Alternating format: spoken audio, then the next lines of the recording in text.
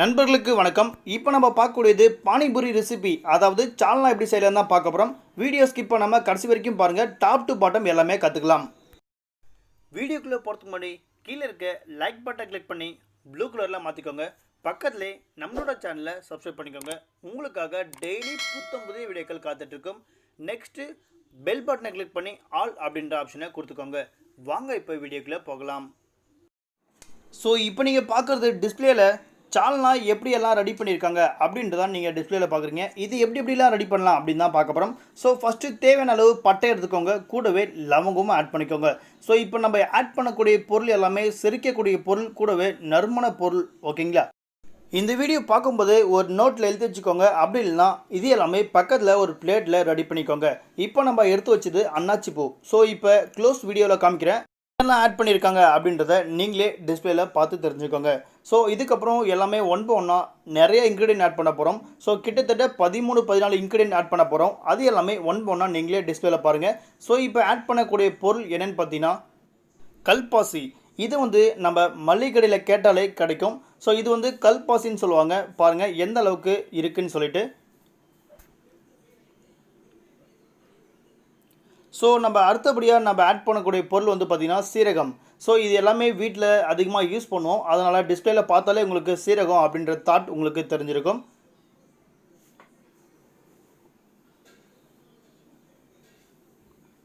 So ஓவராலாக பார்த்துக்கோங்க எந்த அளவுக்கு எவ்வளோ இன்க்ரீடியன்ட் எல்லாமே தனித்தனியாக எடுத்து வச்சுருக்காங்க அப்படின்னு சொல்லிட்டு உங்களுக்கு ஒன் பை ஒன்னாக தெரியும். ஸோ இப்போ ஆட் பண்ணது என்னென்னு பார்த்தீங்கன்னா ரோஜா பூன்னு சொல்லுவாங்க. ஸோ இதுவும் மளிகை கடையில் கிடைக்கும். பெரிய மளிகை கடையில் கேட்டால் மட்டும்தான் இது வந்து கிடைக்கும். ஸோ சாதாரணமான மளிகை கடையில் இது எல்லாமே கிடைக்காது. ஸோ இந்த இன்க்ரீடியன்ட் எல்லாமே நம்ம ஒன் பை ஒன் ஆட் பண்ண தெரிஞ்சாலே நம்ம அற்புதமாக இந்த கிரேவி ரெடி பண்ணிடலாம். ஸோ இப்போ பாருங்கள் எத்தனை இன்க்ரீடியன்ட் எல்லாமே ஆட் பண்ணியிருக்காங்க அப்படின்றத நீங்களே பார்த்துருப்பீங்க. ஸோ அடுத்தபடியாக நம்ம ஆட் பண்ணது மல்லி. ஸோ இது எல்லாமே தெரிஞ்சிருக்கும் இது மல்லின்னு சொல்லிட்டு. ஒரு சில இன்க்ரீடியன்ட் மட்டும் ஒரு சில பேருக்கு தெரிஞ்சிருக்காது, வாய்ப்பு இல்லை. அதனால் அதை மட்டும் நீங்கள் செப்ரேட்டாக ஒரு நோட்லேயோ ஸோ இல்லை தனியாகவோ எழுதி வச்சுக்கோங்க. அப்படி எழுதி வச்சா மட்டும்தான் நீங்கள் போய்ட்டு இதை வாங்கிட்டு அதுக்கப்புறம் ஒன் பண்ணால் செய்கிறதுக்கு கரெக்டாக இருக்கும். ஸோ நம்ம அடுத்தபடியாக ஆட் பண்ணது பார்த்திங்கன்னா எல்லாருக்கும் தெரிஞ்சிருக்கும் மிளகு.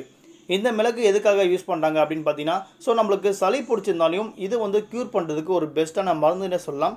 அதனால் மிளகும் ஒன் பவுன் ஆட் பண்ணிக்கிறாங்க. அதுக்கப்புறம் சோம்பை ஆட் பண்ணிக்கிறாங்க. ஸோ இந்த மசாலா ஐட்டத்துக்கு எல்லாமே நம்ம ஓவராலாக எல்லாமே ஃபுல் ரெடி பண்ணியாச்சு. ஸோ இப்போ அந்த ஓவரால் வீடியோ எல்லாமே உங்களுக்கு நான் டிஸ்பிளேல காமிக்கிறேன். எத்தனை ஐட்டம் எல்லாமே எடுத்து வச்சுருக்காங்க அப்படின்றத நீங்களே பார்த்துக்கோங்க.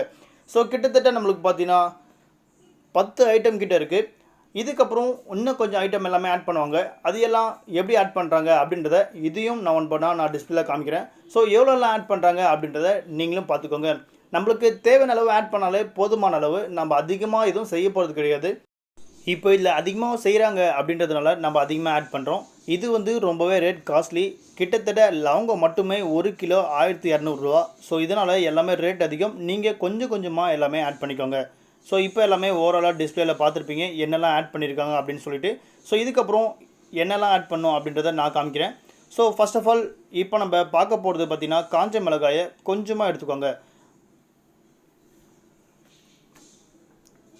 ஸோ அதுக்கப்புறம் கொத்தமல்லியை நல்லா நைஸாக கட் பண்ணிக்கோங்க.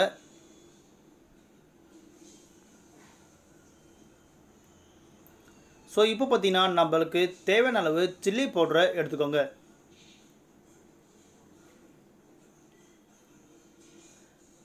கூடவே மட்டன் மசாலாவும் எடுத்துக்கோங்க.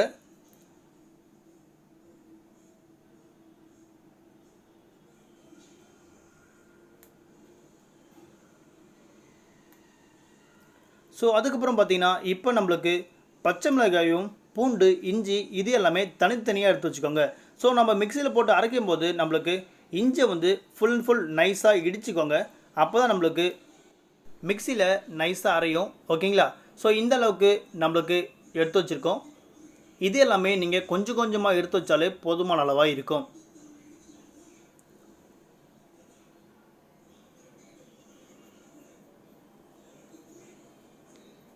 ஸோ இப்போ பாருங்கள் என்னெல்லாம் எடுத்து வச்சுருக்கோம் அப்படின்றத நான் ஒன் பை ஒன்னாக காமிக்கிறேன். எதுவுமே மிஸ் பண்ணிடாதீங்க. அதுக்கப்புறம் டேஸ்ட் வந்து குறைஞ்சிரும். ஸோ இப்போவே நான் என்னெல்லாம் எடுத்து வச்சுருக்கேன் அப்படின்றத ஓவராலாக நான் காமிக்கிறேன். ஸோ இதில் நம்ம என்ன மிஸ் பண்ணியிருக்கோம் அப்படின்னு பார்த்தீங்கன்னா தக்காளியும் கூடவே கோகோனட்டும் மிஸ் பண்ணியிருக்கோம். அதாவது தேங்காயும் தக்காளியும் எந்த அளவுக்கு நம்ம ஆட் பண்ணமோ அந்த அளவுக்கு எடுத்துக்கோங்க.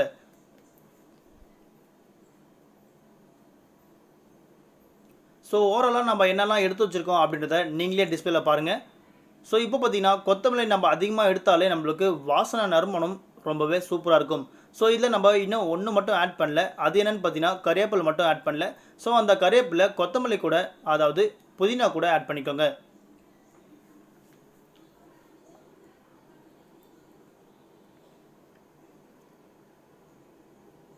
ஸோ இப்போ பாருங்கள் ஓவராலாக நம்ம என்னெல்லாம் எடுத்து வச்சுருக்கோம் அப்படின்றத ஃபுல் அண்ட் ஃபுல் எல்லாமே உங்களுக்கு காமிச்சிருக்கேன். ஸோ இந்த மாதிரி நீங்கள் எல்லாமே தனித்தனியாக எடுத்து வச்சு தனித்தனியாக அரைச்சிக்கோங்க. ஸோ அட் லாஸ்ட்டு நம்ம எல்லாமே இது கூட மிக்ஸ் பண்ணிக்கலாம். ஸோ இப்போ பாருங்கள் நம்ம எந்த அளவுக்கு எடுத்து வச்சுருக்கோம் அப்படின்றத நீங்களே பார்த்து தெரிஞ்சுப்பீங்க. ஸோ இப்போ வந்து இவங்க செஞ்சது எல்லாமே பார்த்தீங்கன்னா கிட்டத்தட்ட 30 இயர்ஸ், அதாவது 30 வருஷமாக இந்த பானிபூரியை செஞ்சுருக்காங்க.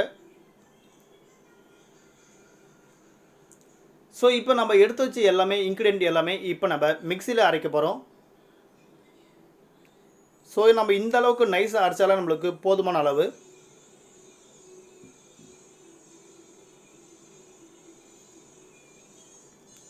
ஸோ இப்போ நம்ம எடுத்து வச்சு இன்க்ரீடியன்ட் எல்லாமே தனித்தனியாக ஆட் பண்ணிக்கிறோம். ஆட் பண்ணிவிட்டு அட் லாஸ்ட்டு நம்ம எல்லாமே ஒன் பை ஒன்னாக இது கூட நம்ம மிக்ஸ் பண்ணிக்க போகிறோம். ஸோ இப்போ பாருங்கள் கொத்தமல்லி, மல்லி எல்லாமே இது கூட தனித்தனியாக நம்ம ஆட் பண்ணிகிட்ருக்கோம். ஸோ இப்படி ஆட் பண்ணால் மட்டும்தான் நம்மளுக்கு நைஸாக அரையும், இல்லைனா நம்ம ரொம்ப நேரம் அரைக்க வேண்டியதாக இருக்கும். ஸோ இப்போ பாருங்கள் இது எல்லாமே நைஸாக இந்த அளவுக்கு ஃபுல் அண்ட் ஃபுல் சாஃப்டாக அரைஞ்சிருக்கு.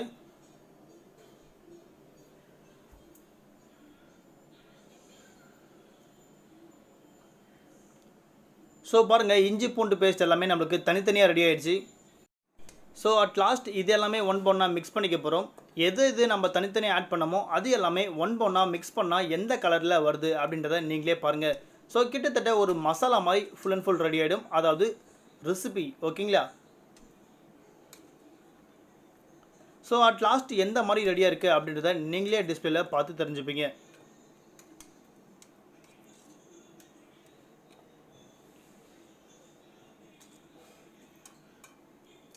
ஸோ இப்போ பாருங்கள் ஃபுல் அண்ட் ஃபுல் எல்லாமே நம்ம மிக்ஸ் பண்ணியாச்சு. அந்த கலர் இப்போ எப்படி இருக்குது அப்படின்றத நீங்களே டிஸ்பிளேல பாருங்கள். ஃபுல் அண்ட் ஜூமிங்கில் காமிக்கிறேன்.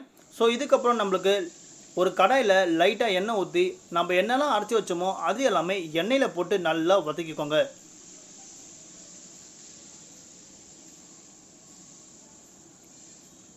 ஸோ இப்போதைக்கு பார்த்தீங்கன்னா நம்மளோட ஒர்க்கு 75% ஆஃப் ஒர்க் வந்து நம்ம கம்ப்ளீட் பண்ணியாச்சு. இது என்னென்னு பார்த்தீங்கன்னா நம்ம பானிபூரிக்கு ரெடி பண்ணுற பட்டாணி தண்ணின்னு சொல்லலாம். ஸோ அது எல்லாமே நம்ம தனித்தனியாக ஆட் பண்ணிட்டோம். ஸோ இப்போ பார்த்தீங்கன்னா ஃபுல் அண்ட் ஃபுல் நம்மளுக்கு ரெசிபி ரெடி பண்ணுறதுக்கு முக்கால்வாசி ஒர்க் எல்லாம் முடிஞ்சிச்சு. ஸோ அதுக்கப்புறம் நம்ம சால்ட், அதாவது உப்பு கொஞ்சம் நம்ம ஆட் பண்ணிக்க போகிறோம். ஸோ இதுக்கப்புறம் நம்ம இது கூட என்ன ஆட் பண்ணோம் பார்த்தீங்கன்னா, ஸோ மைதா, கோதுமை இது எல்லாமே தனித்தனியாக ஆட் பண்ணிக்கோங்க.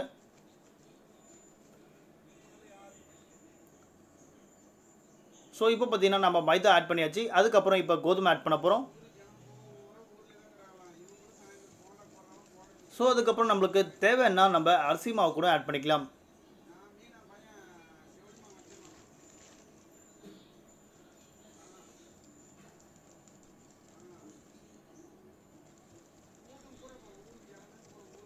ஸோ இப்போ பாருங்கள் நம்ம எல்லாமே எடுத்தாச்சு. அதுக்கப்புறம் நம்மளுக்கு எல்லாமே மிக்ஸ் ஆகிடுச்சு. ஸோ இப்போ நம்ம எடுத்து வச்சு எல்லாமே ஒன் ஒன்னாக நம்ம மிக்ஸ் பண்ணிட்டோம். ஸோ இதுக்கப்புறம் நம்ம என்ன பண்ண போகிறோம் அப்படின்னு பார்த்தீங்கன்னா, இது எல்லாமே லைட்டாக தண்ணி ஊற்றி ஒன் பை ஒன்னாக நம்ம கட்டி இல்லாமல் பிணைய போகிறோம். ஸோ இதுதான் நம்மளுக்கு பானிபூரி செய்யறதுல ஒரு முக்கியமான விஷயம்.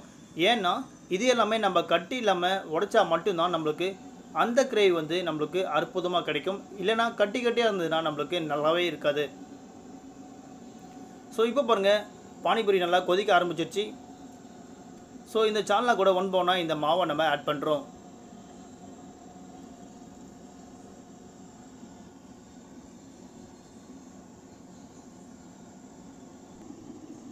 ஸோ இப்போ பாருங்கள் நல்லா கொதி வந்ததுக்கப்புறம் இந்த மாவை நம்ம ஆட் பண்ணுறோம். ஸோ இப்படி ஆட் பண்ணும்போது மாவை ஒன் பை ஒன்னாக ஊற்றும் போது நம்ம கலக்கிட்டு இருக்கணும். ஸோ அதுக்கப்புறம் இது கூட நம்ம எடுத்து வச்ச மட்டன் மசாலா எல்லாமே ஆட் பண்ணிக்கிறோம். ஸோ கூடவே நம்ம மிளகாய் தூளும் ஆட் பண்ணிக்கிறோம். ஸோ இது எல்லாமே ஒன் பை ஒன்னாக ஆட் பண்ணிவிட்டு அதுக்கப்புறம் இதை நம்ம கட்டி இல்லாமல் கரைச்சி அந்த மசாலாலாம் நம்ம ஊற்றிக்கணும்.